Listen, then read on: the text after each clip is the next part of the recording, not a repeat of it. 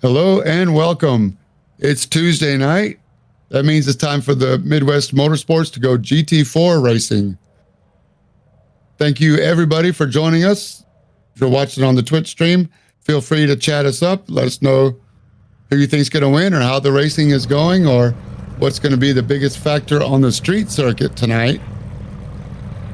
You can see the concrete walls are closing in on everybody racing in the concrete tunnels of Long Beach. Don't look now. Max Bauer in the Aston Martin is going to start up front on the pole, but Sam Hubbard, leader of the AM division, with a great qualifying second. So props to Sam Hubbard.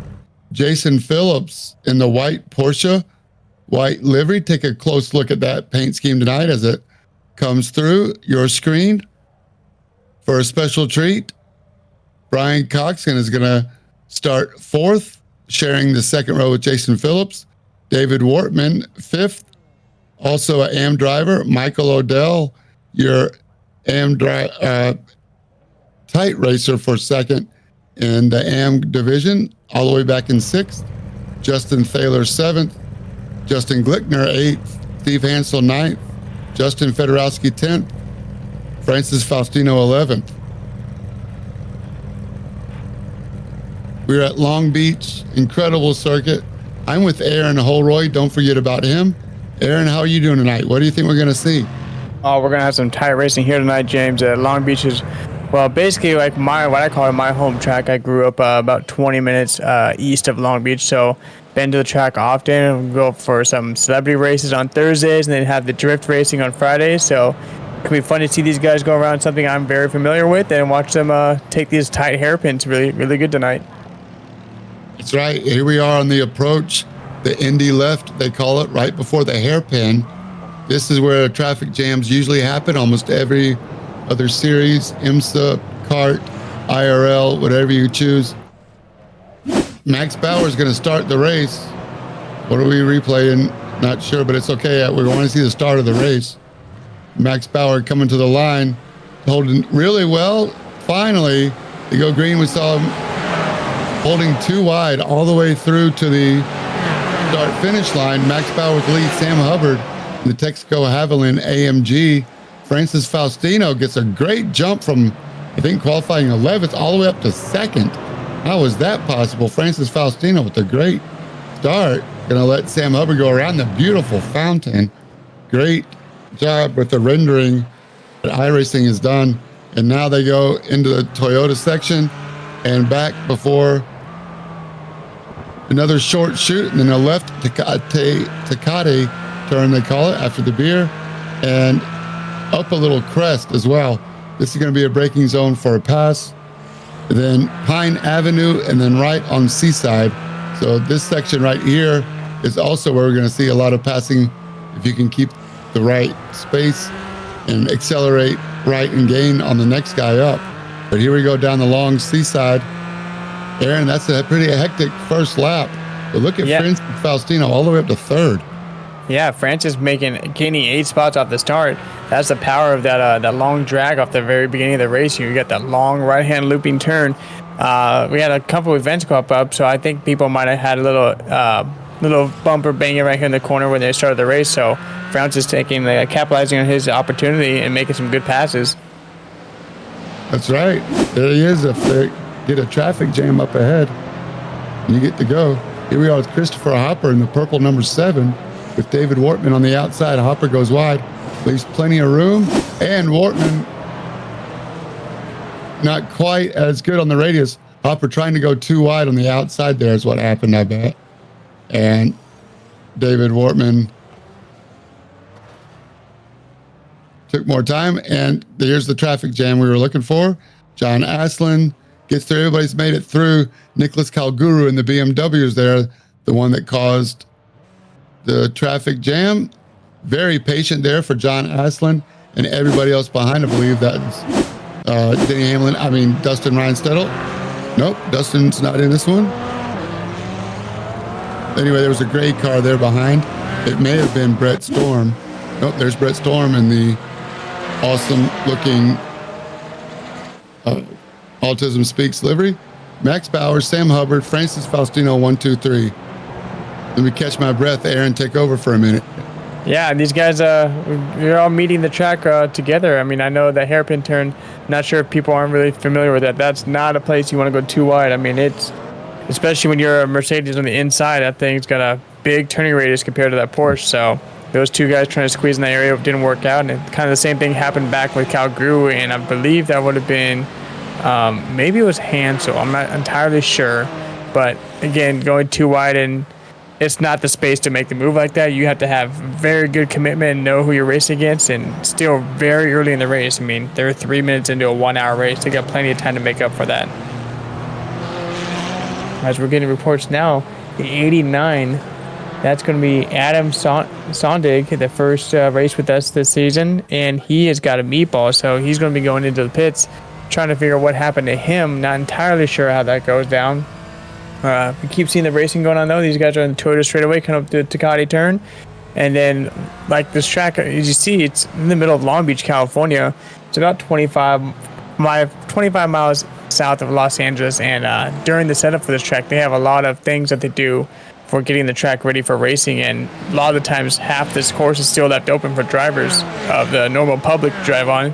I myself have taken part of that, thinking I was cool in a 2011 Nissan Altima going down this straightaway as you see them coming to the turn right now.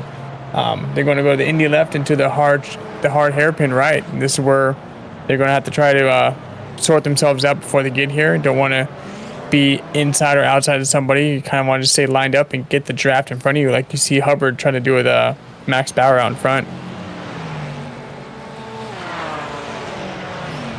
Awesome.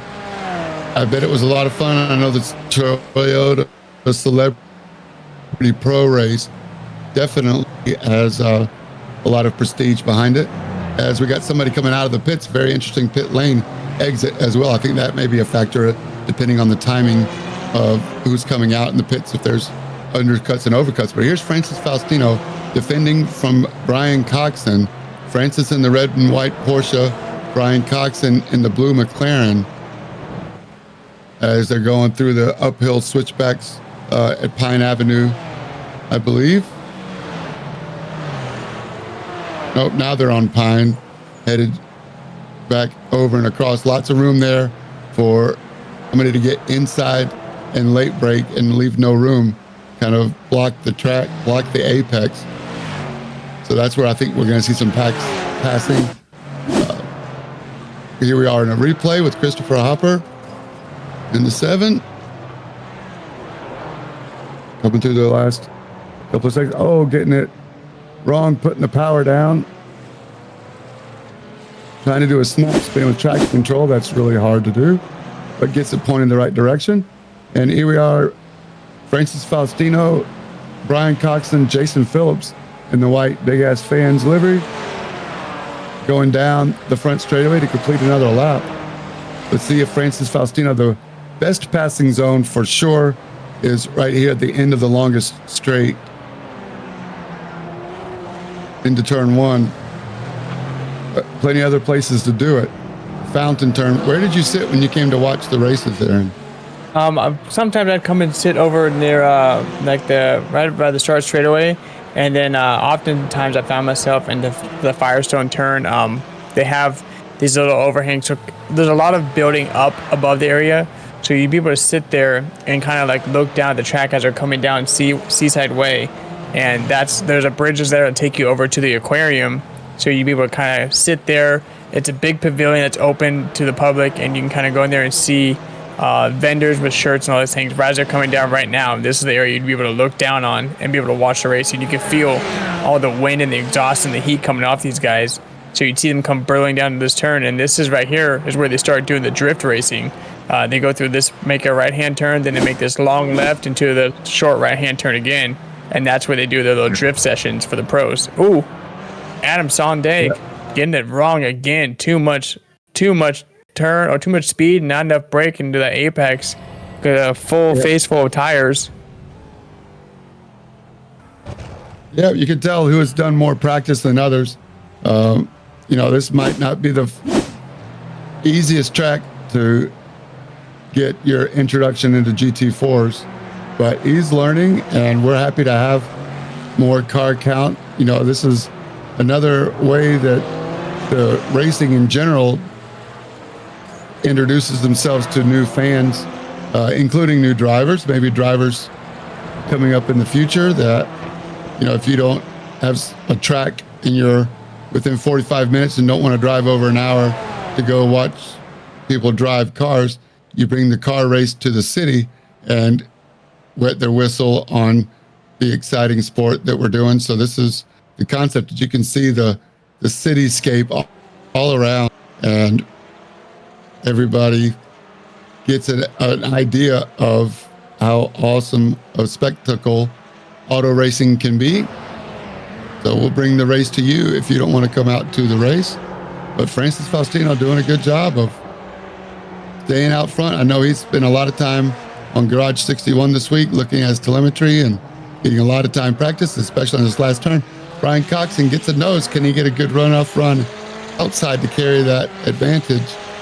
Not yet, but Brian Coxon following Francis Faustino, trying to decide where the best place to make a pass.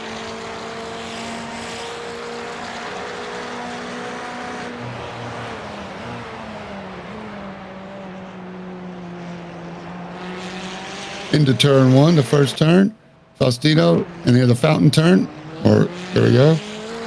Really cool section of the track. Easy to lose a lot of time if you don't have the right gear or the right racing line as we go through it. Riding with Brian Coxon, trying to put the power down. Usually not a lot of traction on these street circuits. Lots of diesel oil on the track. Dan Gish in the white Aston Martin inside. Oh, almost has the move on John Aslan. Great line. He was almost three quarters of the way up on him. Here's the replay. Dan Gish in the white Aston Martin, full line, and almost completed the pass as they were putting the power down. Aslan ran out of room. He's all the way driver's left as far as he could. Definitely didn't do it intentionally. But Brian Coxon still tried to find a way around a blinking Francis Faustino. Haven't seen a lot of blinks tonight, but at least 2 or 3. Sorry if my mic's cutting out. I'm hearing I might have a little technical difficulty. It looks like, yeah, that's Justin Thaler all the way up to P5. So Justin Thaler got around Jason Phillips for 5th. Yeah, going back right now, looking through the list, Michael O'Dell has gone 2 laps down. He might have had an internet problem going on. He was sitting near the top part. He was sitting in 6th place when he had gone to the pits. Not sure what's going on with him. We also have David Wartman. He's down 5 spots starting from 10th. So we're getting reports now there's going to be a post-race investigation from the start. Seems like a lot of chaos might have ensued that we didn't exactly catch off the stream. Coming back to the John Aslan incident and Joshua Blum, Aslan kind of took that turn a little too wide, and Blum actually hit the turn the way you wanted to go, and then they kind of just met in that one spot, which is hard to do when you have 2 big wide cars. As you see here, they either have a wide entry, you take a wide to kind of cut it down, or you do the opposite, and when one does one does the other, they usually meet in one part of the track, and it's not going to help either situation. That's right. When the first car into that final hairpin leaves the really wide entry, that door is just awful inviting, and Brian Coxon is not taking the bait. However, I think David Wortman and Christopher Hopper found out the hard way that that's not going to work.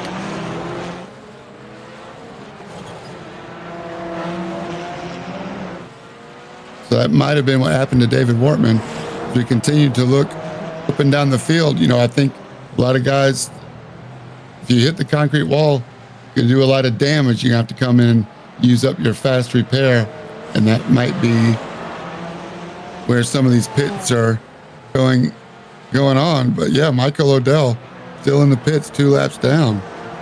I hate to see that. Now, don't forget, there are 2 drops for the season. So I think this might be one of those drops for some of the top runners in the championship so far. So expect a big shakeup.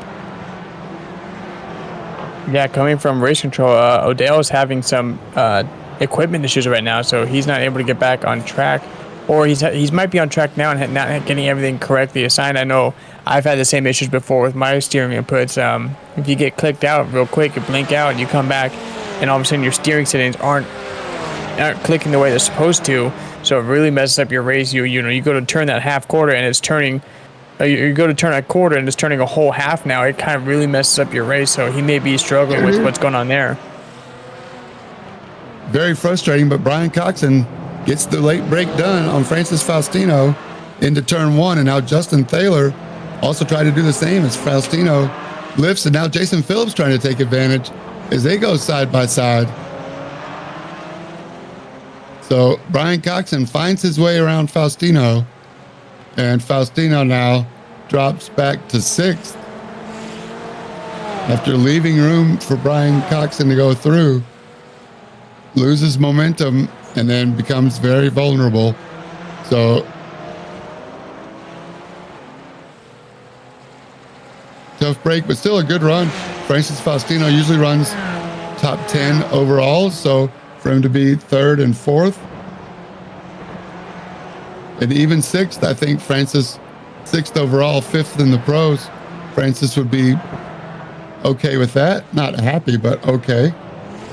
I mean, it's still gaining 5 positions from his race start. So, I mean, I think it was kind of a matter of time these guys started getting their pace in. And I could tell Coxon was kind of getting frustrated, just waiting for any chance to pounce on it. And as soon as the door was open, you saw the other 2 drivers go right behind him. So, Francis still putting in a good run tonight. He's up 5 spots from his start. So as long as he finishes here, he's going to get a top 5 in the pros.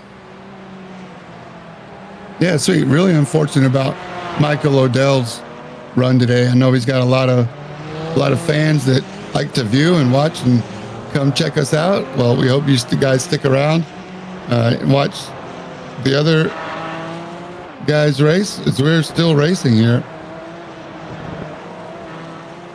So this turn you see him go through now, Faustino, that turn is really, it's inviting to get you to put the power down. It's kind of a right-handed, almost like upper leaning outward camber turn. So while you may want to get down the power right, that inside of the turn is actually higher than the outside. So it's easy to get the car upset. And then when you're coming down to try to power out, it's going to get you the slides we saw earlier with Hopper having issues with that. So these guys, hopefully they make sure that they're in check and remember what turn they're at, because that turn, it's inviting to go fast on, but it can snatch you real quick. I love it. Yeah, those off-camber turns, it's easy to, especially on the concrete, especially early in the race before the track has time to rubber in. But Brian Coxon now, 3rd overall, 2nd in class. Looks like he's about 7 seconds behind Sam Hubbard and 10 seconds behind Max Bauer. Max Bauer, once again, what's it going to take for anybody to be able to keep up with Max Bauer this season? Max Bauer, definitely the class of the field. Brian Coxon, I mean, everybody has class, but man, I'm telling you, Max Bauer is just showing everybody street circuit, road circuit, natural terrain circuit. Max Bauer seems to have his Aston Martin figured out. Jason Phillips and Justin Thaler are having a really good battle for 4th position. Justin Thaler has it. Jason Phillips wants it.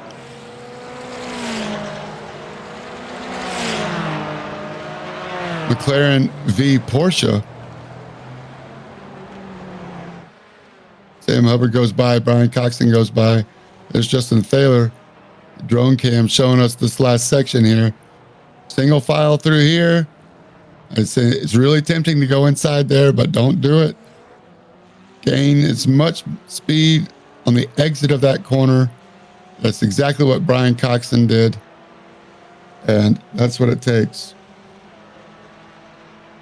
So it seems we might have lost Dan Gish. He had another accident by himself another time, so I believe he has retired. And I think Adam's still hanging out in the pits. He might be working on that repair just to try to get some more track time and try to get a feel for these cars. I know it's what I would do if I can have the opportunity just to put some laps on a track and learn how that car is going to work. I mean, I tried it and it wasn't the best for me. We might have an accident up here now, and David Wartman and Justin Glickner. This is turn one, making the left-hand turn into the fountain. In the AMG, Wartman in the AMG, Glickner in the McLaren. Sorry about that. Oh, Wartman just tries to brake a little deeper than Glickner, and he took the bait, and Glickner just slammed on the brakes and let him go by. Doing the Top Gun move, just slam on the brakes, and he'll go right on by into that concrete wall on the outside. Riding with Glickner. There he goes. Yeah, I'm not sure if Wardman accounted for the draft he's getting off there. He's going to be having a lot of air in medium fast. It's not going to slow down as much as he expected it to. Great point, Aaron. Thank you.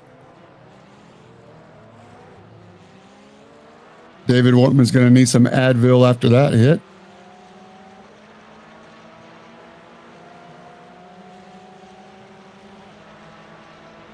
We're back here with Thaler and Phillips. This is your closest battle on track for position right now. But sitting just shy of half a second to come up to turn one. This is where you saw Wartman get it wrong, as Phillips closed right up to Thaler now. Porsche is really good in the late braking with these other cars, so they're kind of able to, what they lose in the straightaway speed, they make up for in the turns. You can really see the accordion effect too of, the gaps opening up a little bit on the exit and then closing back up on the brakes, even though the actual distance based on speed is the same. The slower they're going, the closer they get, but still it's easy to play bumper cars. And I believe that's what may have happened on the start too, as the bumper cars, a couple rows get backed up. We're getting more notes from race control. Who's in the 45?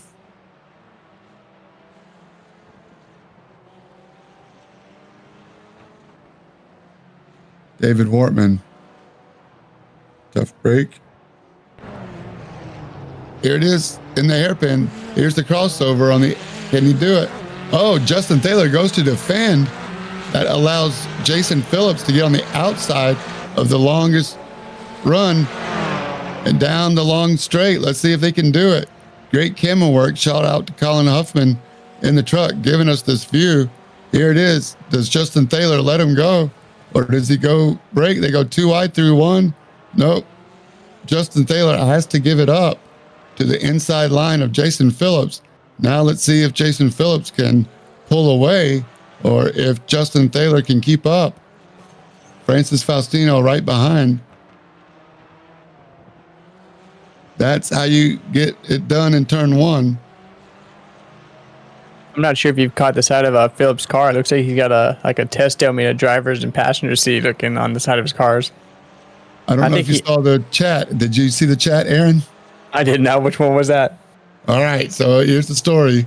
The door's been open. We're going to ride along in the drone cam or not with Jason Phillips in the white Porsche. Real good friends with Christopher Hopper, going back and forth. They give each other a hard time. You can almost see it here, but that is Christopher Hopper with a picture of him in his Sib rig, in his jimmies, just his underwear, nothing else. Can't quite see it. I don't know if you can see it from Thaler's side view. Other side, nope, almost. Right along, there he is. We'll see if Colin can do the freeze frame. But yes, it's in the showroom, giving the peace sign to everybody. Christopher Hopper has made an appearance on the live stream tonight. There it is. Christopher Hopper in everybody's living room right now in his underwear, riding on his sim rig as they get ready for today's race. So shout out to Jason Phillips for the extra work it took on Photoshop setting that paint up. That is too good. Glickner and Justin Fedorowski tonight. Good to see Justin back with us in the yellow Porsche. Student driver, another cool paint job, I gotta admit. Welcome back to GT4, Justin. No, you and your brother are going for bragging rights. Right now, you've got it, as Adrian had a rough beginning of the race. Justin Fedorowski looking up at Justin Glickner.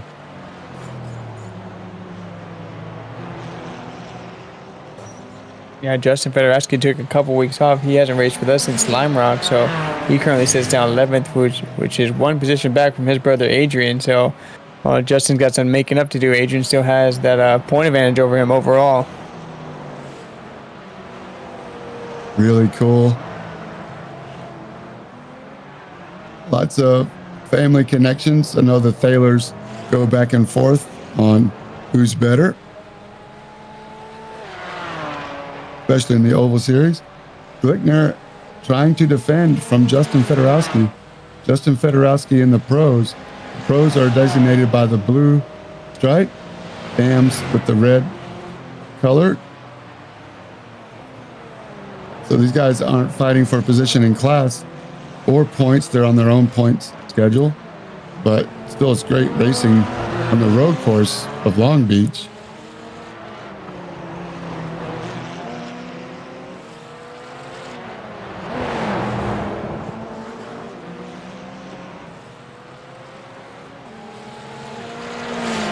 "11 turns, 2 miles.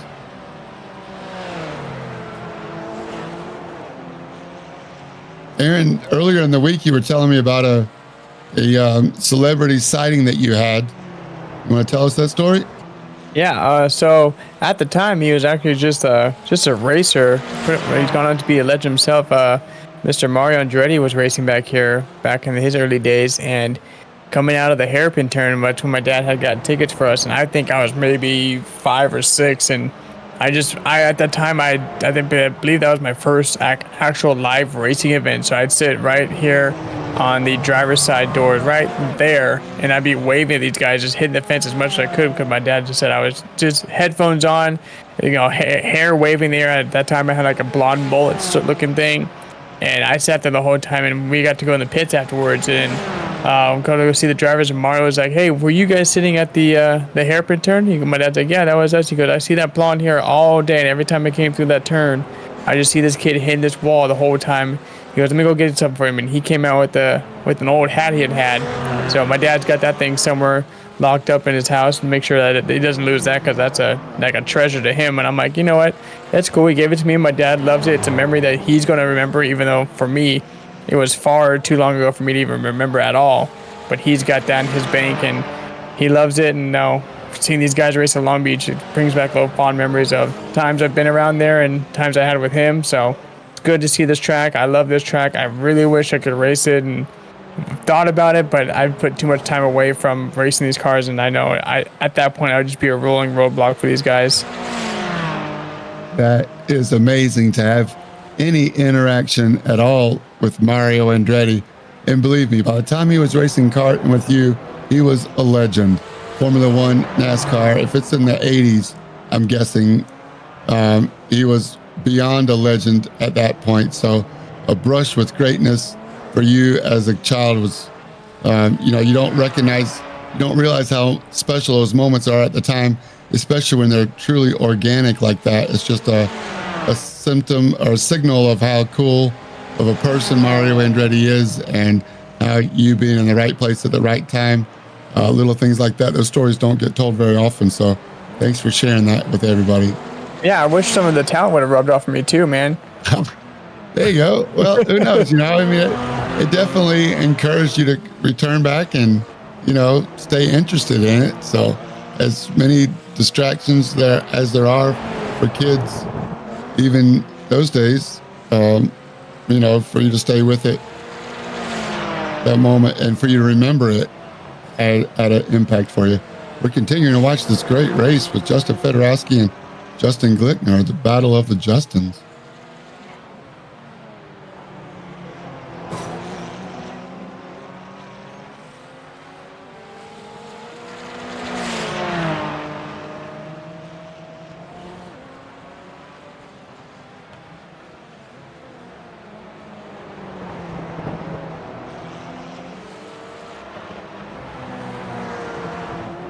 Don't forget, anybody interested in joining us, midwest-motorsports.com is the place to find everything about it. And here's Justin Fedorowski finally getting a side-by-side run on the exit of the hairpin. Glickner gets it just a little bit wrong, maybe looking in his rearview mirror. That allows Justin Fedorowski in the yellow Porsche to pull up beside him on the exit and get a better late apex on the exit. I'd love to see that one more time if it's possible, but man, what a perfect exit of the hairpin, and how to execute a pass on the hairpin by Justin Fedorowski, taking everybody to school tonight. The student becomes the teacher, apparently. Student driver. Justin Fedorowski, move him up a spot to P8 overall, P7 in class. Looks like Sam Hubbard is only 1 second away from Max Bauer. So Max Bauer might have had a bad lap. Or Sam Hubbard is just reeling in Max Bauer. Could Sam Hubbard, the AM driver, get this overall against Max Bauer? 25-1 for both Max Bauer and Sam Hubbard. I would like to see him surprised, but I don't think I am. I mean, Hubbard, he's been keeping Max Bauer honest. I mean, he's still we're about halfway through this race, and he's barely a second and a half outside of him. Let's go to commercial for 1 sec.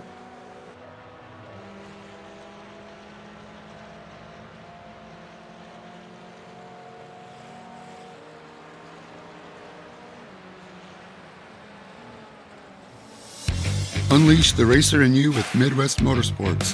Feel the adrenaline, embrace the excitement, and join a thriving community that's as passionate about sim racing as you are. Our social channels bring you closer to the action, offering a driver's seat to the competition and an all-access garage pass to the latest results, news, and updates of all 4 Midwest Motorsports leagues. Don't just be a spectator, join the excitement. Scan the QR code to turn the key and ignite your competitive spirit. Follow Midwest Motorsports and plug into a community that's as passionate about sim racing as you are. Scan the code on the screen or find us at midwest-motorsports.com today.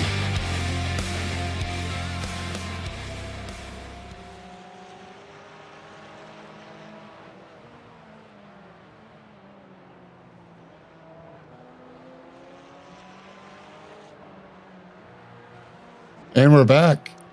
Thanks a lot for tuning in. Midwest-motorsports.com. Once again, thanks to Josh Watt for running the Twitch for us. Riven Vale, right there on the screen. Don't forget to follow us while you're there. If you're watching on YouTube, go ahead and give us a like. It's the best way to support the stream and support the league. Thank you very much. Andrew Miller, P14 is who we're watching now.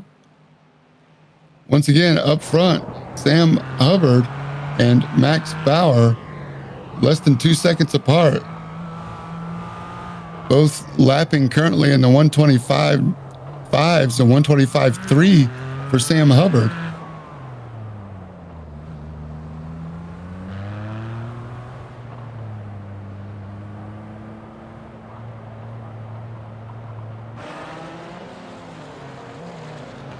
Okay, I think we're starting to see some pitting going on now. We saw Thaler jumped in, and Fedorowski also came in the pit, so Miller is also into the pit. So we're going to start seeing these guys start pit cycling through, and we'll see how these undercuts or overcuts are working out for people.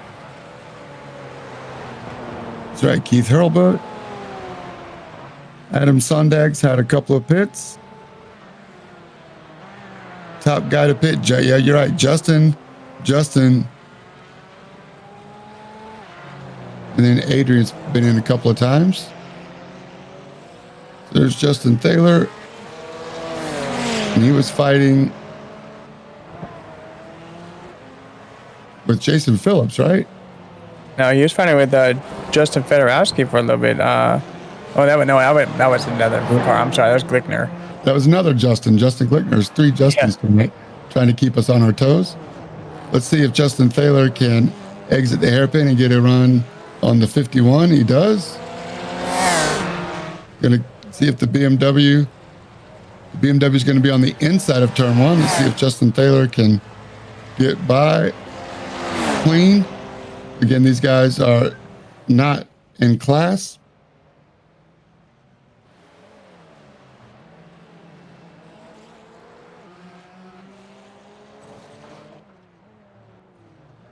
Still trying to get around. Justin Thaler being very patient. Calguru, I really wish he would let Justin Thaler go. Yeah, that got hairy for a second. I mean, at one point they were side by side going into the fountain, and Calguru blinked out. And I mean, I know that as Thaler's looking, that's a scary situation. You don't know where that car's going to pop up. Yeah, I give the most patient driver award to Justin Thaler tonight. We're way past the 30-minute mark. That's definitely going to hurt his undercut. That's one of the downsides of stopping early, is that you lose track position and it puts you back in the traffic. Justin just needs to go and make his point known at some point like that. Just go, Justin. Jeez. Thank you. No need to fight back. All right. Adios. Good job, Justin. Lesson learned, and Calguru decides to come to pit. Brett Storm. I want to give a shout out to Brett Storm for a second. Last week, we got his name wrong. Even in the highlight reel from the Roval, I got his name wrong. Brett Storm here. He was going to make a special livery for us that says, "My name is Brett." I'm not sure if he had enough time to do the paint, but he was going to remind us that his name is Brett somewhere on his paint. But I did take the time to look up a couple of famous Bretts. Can you think of anybody famous in the sporting world? Yeah, there's only a Brett. There's only one. It's got to be Favre. Brett Favre is one. Brett Butler is also in the famous baseball player. Oh, Brett Bodine. Brett Bodine. There you go. NASCAR driver. Yeah. Brett Kavanaugh is a judge in the Supreme Court. Anyway, just want to give a shout out to Brett. Sorry we got your name wrong twice. But anyway, I hope you'll forgive us. All right. So, David Wortman still getting it wrong in the hairpin. Forgot to turn left. Yep. You might have had a wheel lock there because his car just kept going right. I'm not sure what happened there. He might have lost the sensitivity in his wheel, and it might have just clicked out for a second. The difference in a belt drive and a direct drive, maybe, or let's see if it ever goes left at all. No, it stops. Yeah. It stops. Yeah. That's tough break, David. Probably doesn't get that far lock right used very often. Here we're riding with Steve Hansel, looking up at Francis Faustino. So Steve Hansel making some solid ground as Francis Faustino comes into the pit from fifth. Good catch, Aaron, with the wheel disconnection. Yeah, so Hansel still hasn't pitted yet, so that's why he made up some good moves so far. He's up 4 spots from his starting position, so he's still got a pit, as well as Bauer and Hubbard, and I believe Coxon still has a pit. Or Coxon and Phillips, they still need a pit. Yeah, it looks like Sam Hubbard has stretched out or lost touch now 2 seconds to Max Bauer over the last few laps. We'll see who comes in first to pit, as we're watching Adrian Fedorowski in the red, black, and white Porsche with body wall scrapes all up and down his Porsche there. Trying to chase down Taylor Montague. Adrian Fedorowski, a pro driver. The blue in the sea of red.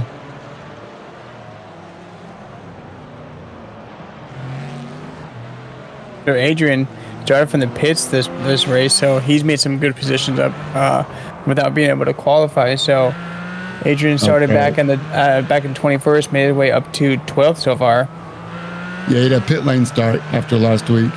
When he came in and hit Brett Storm. I'm not sure if you remember Justin Glickner.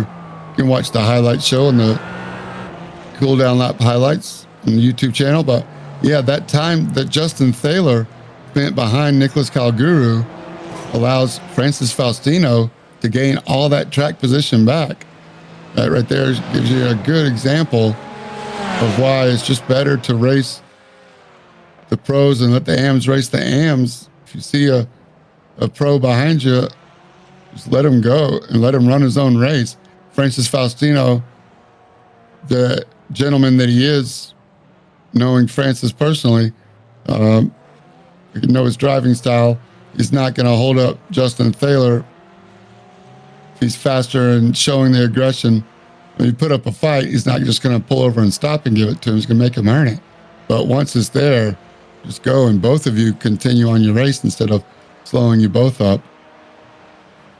So Sam Hubbard did come in last lap, and now we have Max Bauer who's going in the pits with Brian Coxon behind him.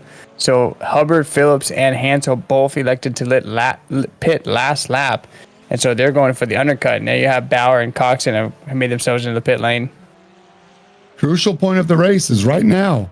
This is it. If Sam Hubbard can do anything with Max Bauer on his outlap, here they are. Max Bauer in the pits, looking at him in the purple Aston Martin. Here's Sam Hubbard in the Texaco AMG. Let's see where he comes out. Remember, pit exit, you have to stay driver's right of there's a yellow line with two red lines all the way down almost to the end of almost into turn one. Yeah, they got almost into turn one. They gotta make a really sharp right-hand turn. They gotta watch out for a speeding Hubbard right now. Right. So here's Max Bauer. Yellow lines with the red. And where's Sam Hubbard? Sam Hubbard's got warm tires too. Here they are. That's Odell. That's Michael Odell. As he does the gentlemanly thing. Thank you, Michael. Sam Hubbard must have had a bad lap because he was 2 seconds and now he's 7 seconds. So my guess, maybe that 5 second difference, Sam Hubbard may have taken front tires and Max Bauer said, no, thank you, not this time. So let's see if we can see the pit lane time on timing. Pit time. They're 2 seconds off. So I think we'll see coming in this lap, we'll see Max Bauer's time and see how much it got hurt because Hubbard's last lap was a 2:10. That's with his pit. So we'll see what Max Bauer comes out with after this lap.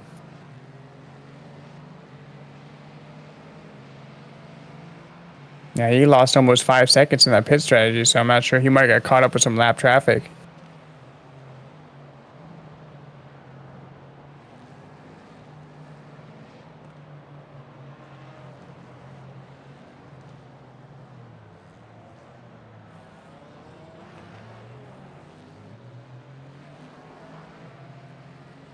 Pit time, Max Bauer, 3 seconds. Well, 2 seconds. So his last lap. Go ahead. Yeah, Bauer's last lap was 2 seconds faster than Hubbard's, and then the 2 second difference in the pits. So that's a 4 second swing right there. And then he maybe didn't have enough throttle going in and out, or maybe he had spun the tires coming out of the pit stall. But right there, that's your 4.5 to 5 second gap that was lost when he was 2 seconds behind him. Now he's 7. So. And explain to me, because I don't race a lot of iRacing at all. I'm more of a console type of racer, but finding your lollipop guy. I know iRacing never takes control of the driving, so just finding your lollipop sometimes can be a second loss.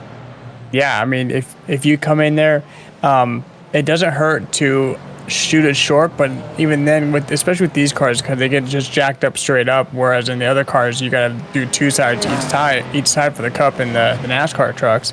But with these guys, if you go too far, you have to put it in reverse and go back and make sure you stop before the car gets jacked up. And so stopping short is always a little bit better, but going too far, you're going to throw in reverse, and that's going to cost you an extra second. So that, like I said, that 2 second lap time difference from coming out of the pits and then the 2 seconds lost into the pits. Maybe maybe Bauer knew something about the fuel. He can short it one more because he had one less lap to run.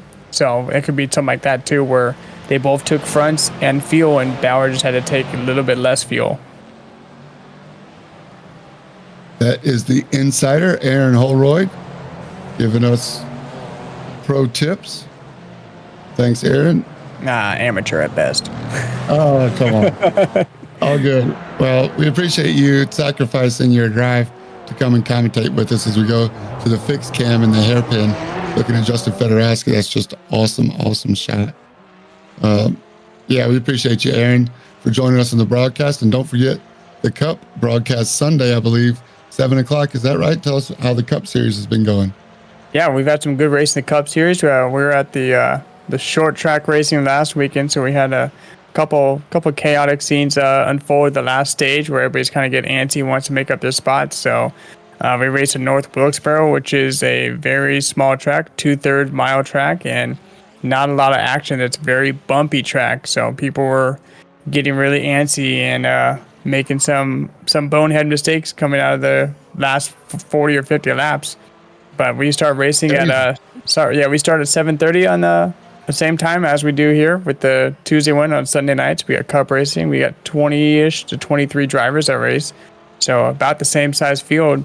So imagine all these guys going around a 2/3 track. Yeah, I think they're even considering doing the MX5, the Miatas, on an oval for the MX5 Cup this year, which I think would be pretty cool to see GT cars running on a short track.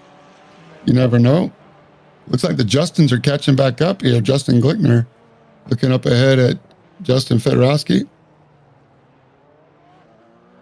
Fedorowski doing an awesome line around the hairpin. Class is in session.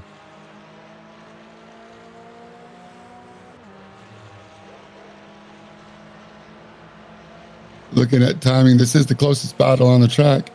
David Wortman and Michael Odell are having a good race, a couple of laps down, but for position.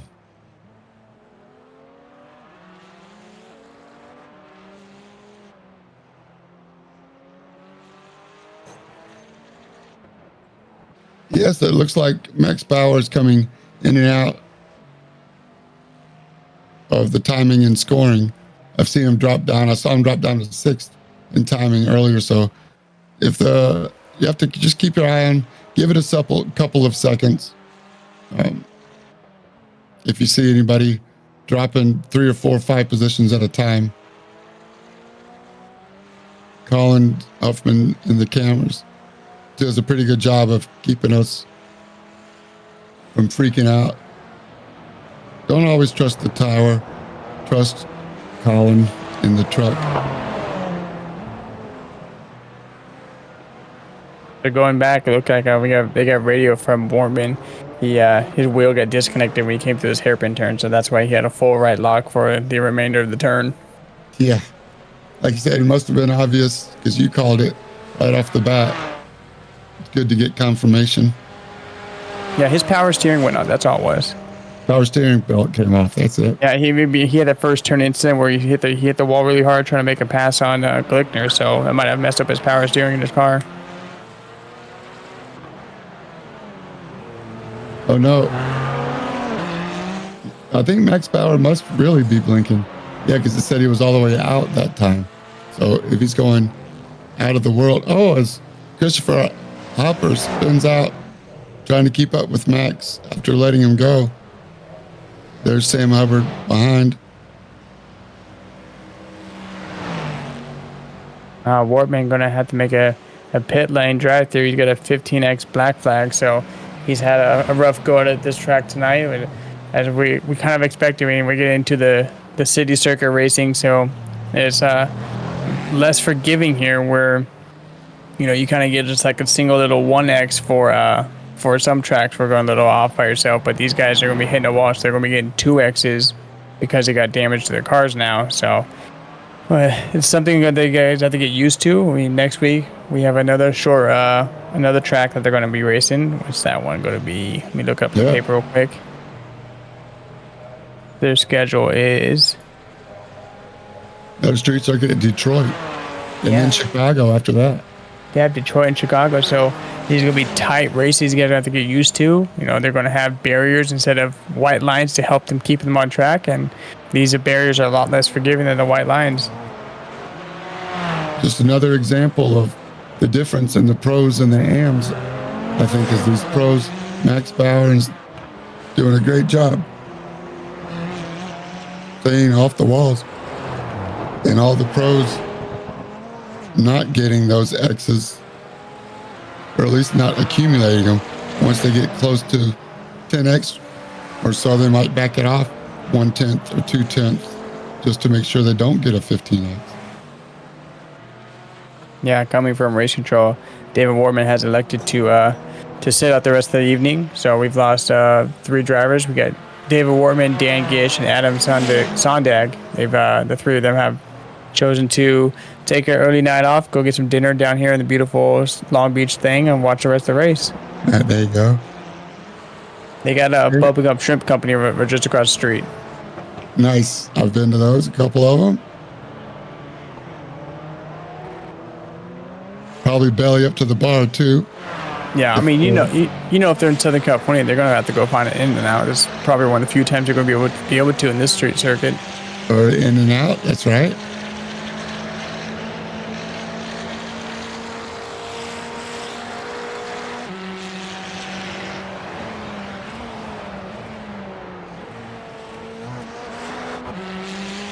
I'd love to do a whole lap with Justin Glickner if we could, just to get an idea of what it's like, what they're viewing, what they're looking at, even if it's from the hood cam, to really see how difficult the street circuit is when you get technical and you start cranking out lap after lap after lap. Here we are headed towards Tecate, which is the left, and then up a little crest under the bridge. Again, you can see how many bumps there are as the cam shows. The car gets really light there. Driver's left, that wall is where a lot of 2Xs, 1X becomes 2X really quickly there. Lots of rear wishbones. Lots of race days have been cut short at the exit of that one. And here we are coming into the hairpin, this little section of S's, with all the load heating up that right front tire, and then transferring the load real quickly over to the left. Full lock on the right. Look for the wall on the left before headed back down Shoreline Drive to finish the lap under the stripe. Justin Glickner gets one more lap. Thanks for that, Colin.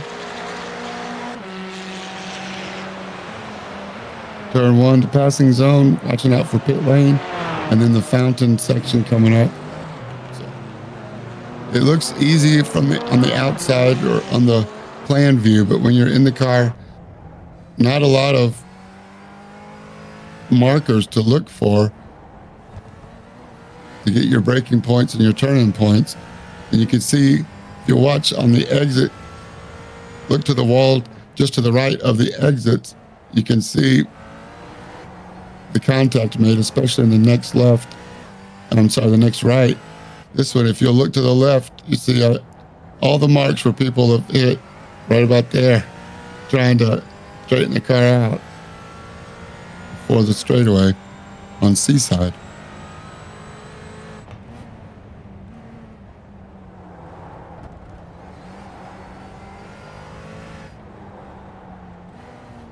A lot of fun. Midwest-motorsports.com, where you can sign up and be a part of the action.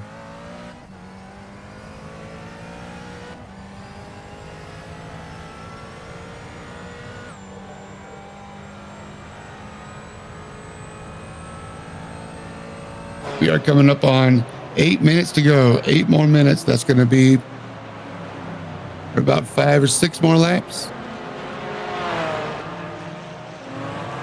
Closest spot on the track is 14th and 15th. Or this one, just 1.6 seconds apart. Glickner getting right up against the wall on every corner. It's John Aslan. Oh, that was close. Glickner, that didn't help him catch up. I think John Aston was pulling over to let Fedorowski by and didn't know that Glickner was right behind.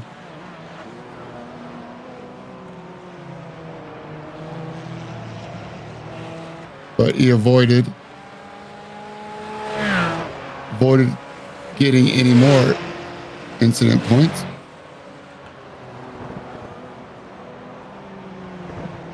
Andrew Miller, I see Andrew Miller's coming into the pits. Not sure if he had an incident on track.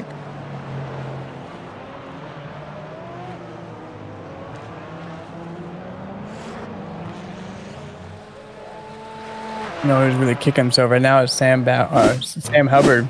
Just take a look at what happened to Miller. But this might be the section where it's the camber section. He's going to upset the car. Looks like he's already had a couple brushes with the wall. This might be, this is what happened with Aston getting in the way of Glickner. He returned to pit. Sorry, Aaron, I didn't mean to cut you off there. I apologize.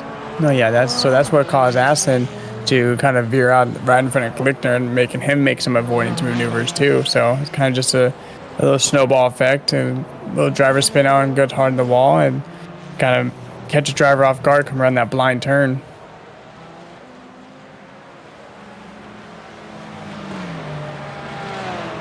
So, like I was saying earlier, Hubbard's probably kicked himself right now because out of the best laps, he is barely 13/100ths of a second down from Max Bauer's time, and they've been running very consistent. Actually, Hubbard last time was half a second faster than Bauer, so that pit lane probably, he came out 7 seconds behind. He's only made up half a second in the past, I don't know, 10 or 15 minutes. Yep, Sam Hubbard getting a feel of what it's like for him next season as he joins the pro ranks next season.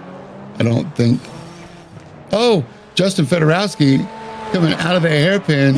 I don't know if that was a throttle oversteer or if he also had a steering issue, but here we ride along with him. Let's see if his steering corrects. And he goes, and yeah, his steering's okay, but just putting the power down, car gets light, especially when the fuel load drops. Oh, and then he just bangs into the wall, trying to get out of the way of John Aston coming up behind him, but tough break. Justin Fedorowski this late in the race, after missing 2 races, it really takes a lot of concentration to run 60 minutes, not to mention how much practice time or qualifying time Justin Glickner could have been in the sim rig for the last 90 minutes or more preparing, and just 1 split second lacks of concentration at a crucial moment of the lap can take all the fun out of your day. I would say that the one good part about Justin's accident that he didn't actually lose too much of a spot. I mean, Glickner and him weren't fighting for any point battle. They were fighting for position on track, but Fedorowski's little accident didn't cost him too much in points. He's still sitting in 7th place for points right now. Yeah, good point. Still not the way he wanted his race to end. He'll be thinking about that probably as much as thinking about the other 58 laps that he did. That was great. Or 38 laps that he did that were almost perfect.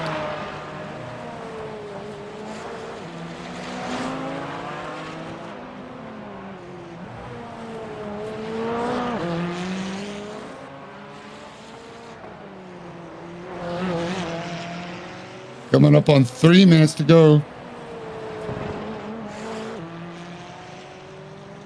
Andrew Miller with another drive-through penalty for unsafe pit exit.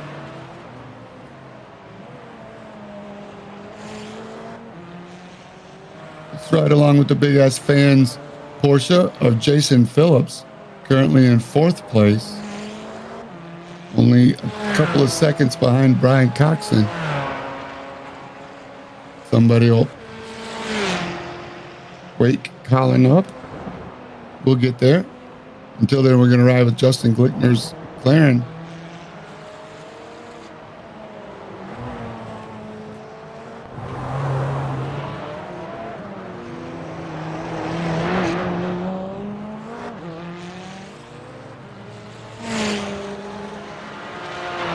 There he is. The big ass fans, Porsche, Jason Phillips. Once again, just want to give him a shout out for keeping everybody entertained in the Road Series chat. Did not get a lot of camera time in the Charlotte Roval. It was all by himself trying to chase down Max Bauer. Max, much like today, got out to about a 4 or 5 second lead, and Jason Phillips was 7 or 8, ended up 30 seconds, I think, ahead of third place, staying out of trouble. Jason Phillips. Let's see if he can run down Brian Coxon. Only 1.5, 1.6 seconds now back, with probably one more lap to go. This one and one more. He crossed the line right at a minute and a half to go. So I think he's going to get this one and one more. Brian Coxon up ahead with traffic. So that is going to allow Jason Phillips to gain, as Brett Storm is just up ahead of Brian Coxon and hold him up. Teammates in the McLaren. See if Brett pulls over. Thanks, Brett. Brett Storm. Autism speaks. McLaren, but that allows Jason Phillips to catch up to Brian. I think they're going to finish this lap and then get one more, I believe. I know Max Bauer's going to cross. I think Sam Hubbard's going to cross. And these guys should be able to finish their lap while Max finishes their lap. So I think we're going to see this one and one more. I believe Max Bauer just crossed the finish line right now, so they should have one more lap to go. So here it is. This is the chance for Jason Phillips to gain a spot and get in the top 3. Top 3 overall, but he's still in third place in the pro points, so he can get a second place here. That's right. It would be second place in the points for Jason Phillips. This is a battle for second in the pros. Let's try to stay focused. I'm not worried about her. Can we go back to Jason Phillips for position? Thank you. Jason, looking for a way around Brian. Here we are in the fountain. Contact. Jason Phillips letting him know he's here. Knock, knock, knocking at your door. Jason Phillips with a good run. In the short chute. Here we are coming up before Takati. Remember, there's a left, right. This is the place for action. The door is going to be wide open on the right before Seaside. So let's see if Jason's going to stick it deep down in here. Nope, missed the run. Looking inside. Nope, not this time. All right, we got Seaside and then the S's before the hairpin. Can't do it in the hairpin. Is he going to force his way?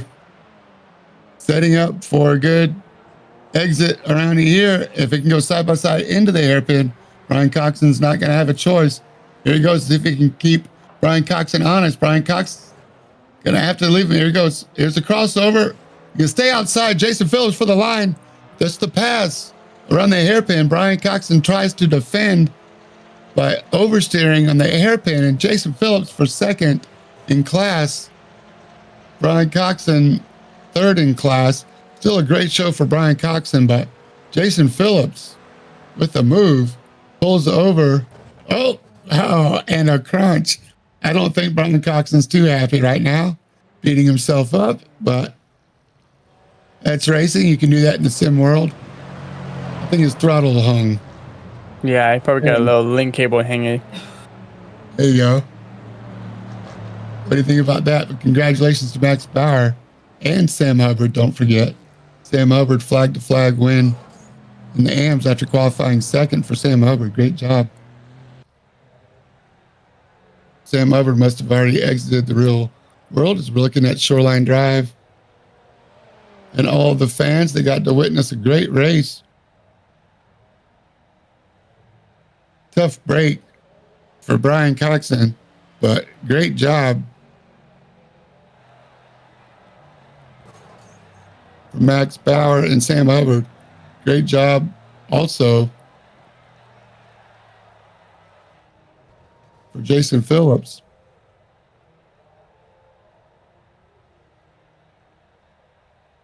We got Sam Hubbard in the booth. You got us, Sam? I got you.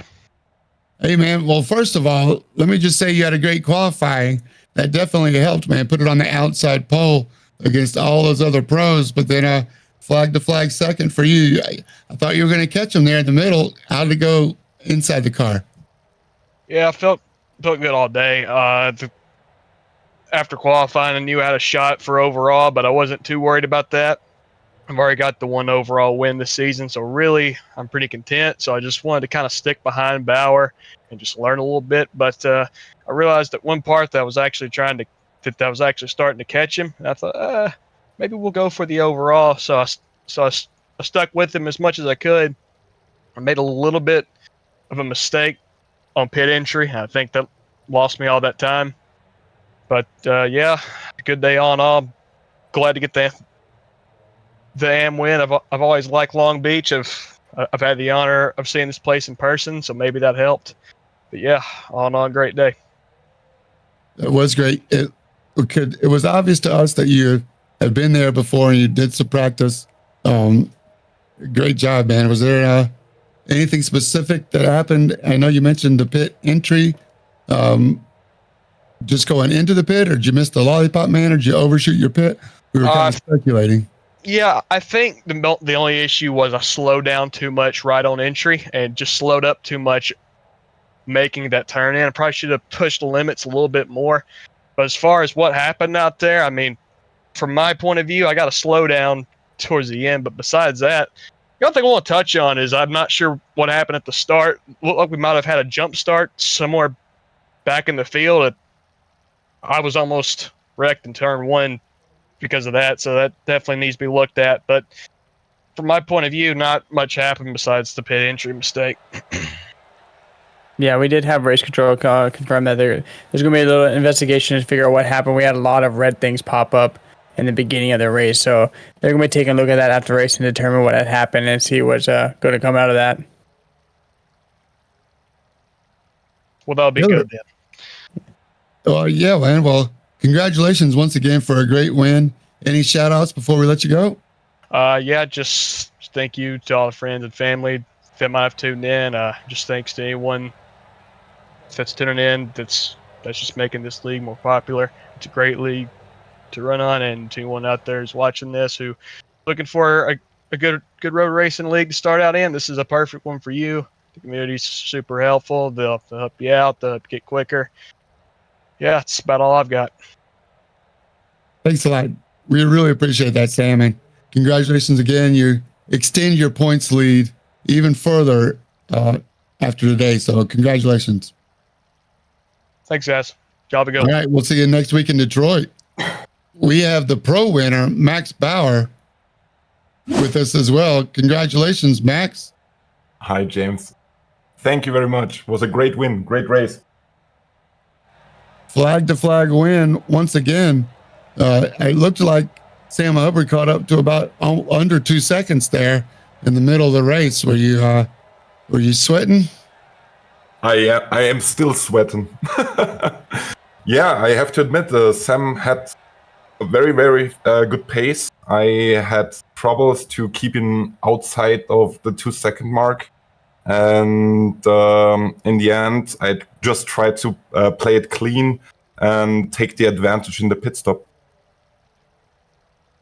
Yeah, we noticed that during the pit stop, at one point he was about a second and a half off you, and then coming out of the pits, he'd gone back to seventh. He said he had a little bit of an issue. He probably slowed down too much. But within that pit stop range, I mean, you put down a 2 second faster lap time at the exit of your pit lap. So good on you for using those gold tires up. I know Long Beach is a very tricky track, especially coming into the Tecate straight. You got that little off camber inside line sits a little bit higher than the outside where you're coming after the parking structure. So caught a lot of guys off guard there to try to put the throttle down, but it seemed like you had your car all wrapped up in the way you like to run it. Yeah, I was really not daring to change my tires because I was scared of cold tires when leaving the pit.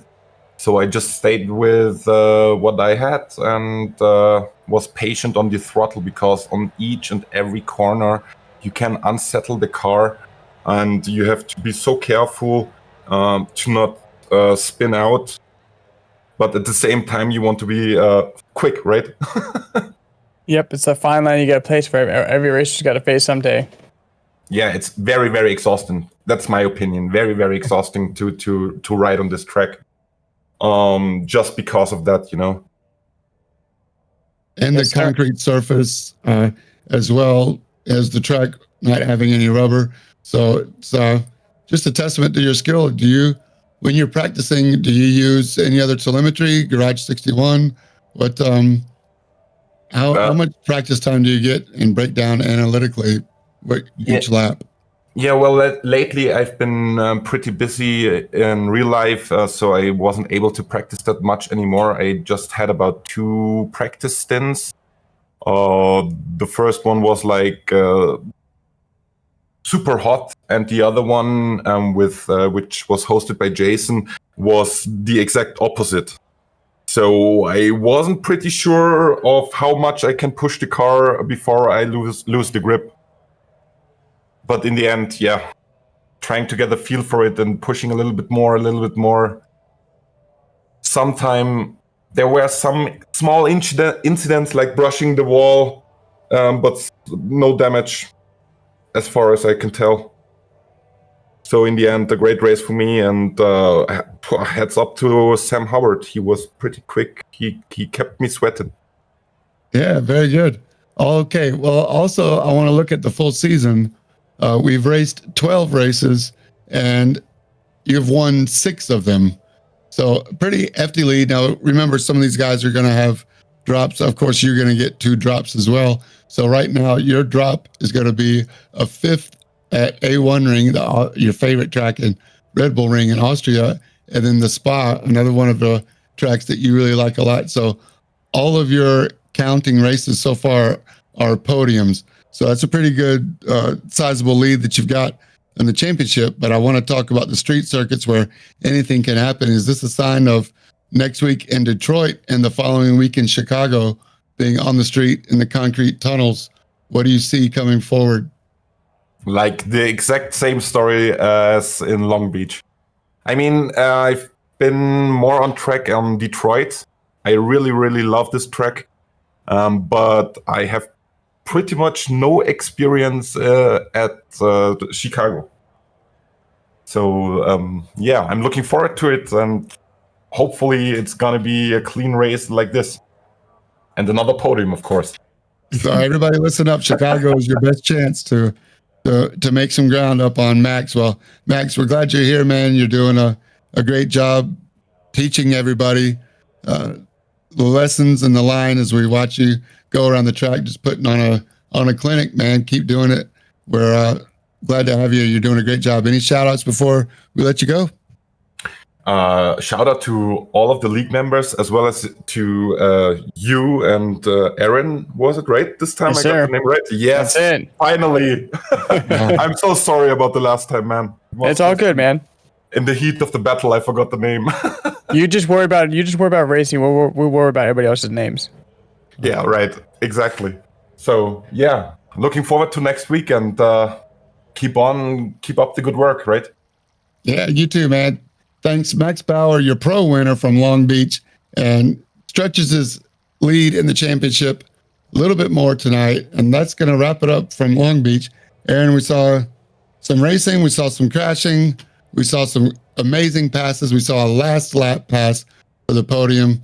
So if this is a sign of things to come in the road series for the next street circuit, couple of street circuits, I'm going to be back here next Tuesday night. Oh yeah, I mean, I wouldn't miss it for the world. We got these guys racing on a closed circuit racing, which very little mistakes are going to pay off for you. And if you make it even the littlest one, it's going to hurt you more than it's going to benefit you. So stay tuned for next week. We'll be here at 7:30 like we are every night. Look forward to it. For James J, for Colin Huffman down in the booth, Josh Watt running the Rivenville stream. Thanks again. Reminding you to stay in your lane, as we'll be back again next Tuesday night at 7:30. See you there.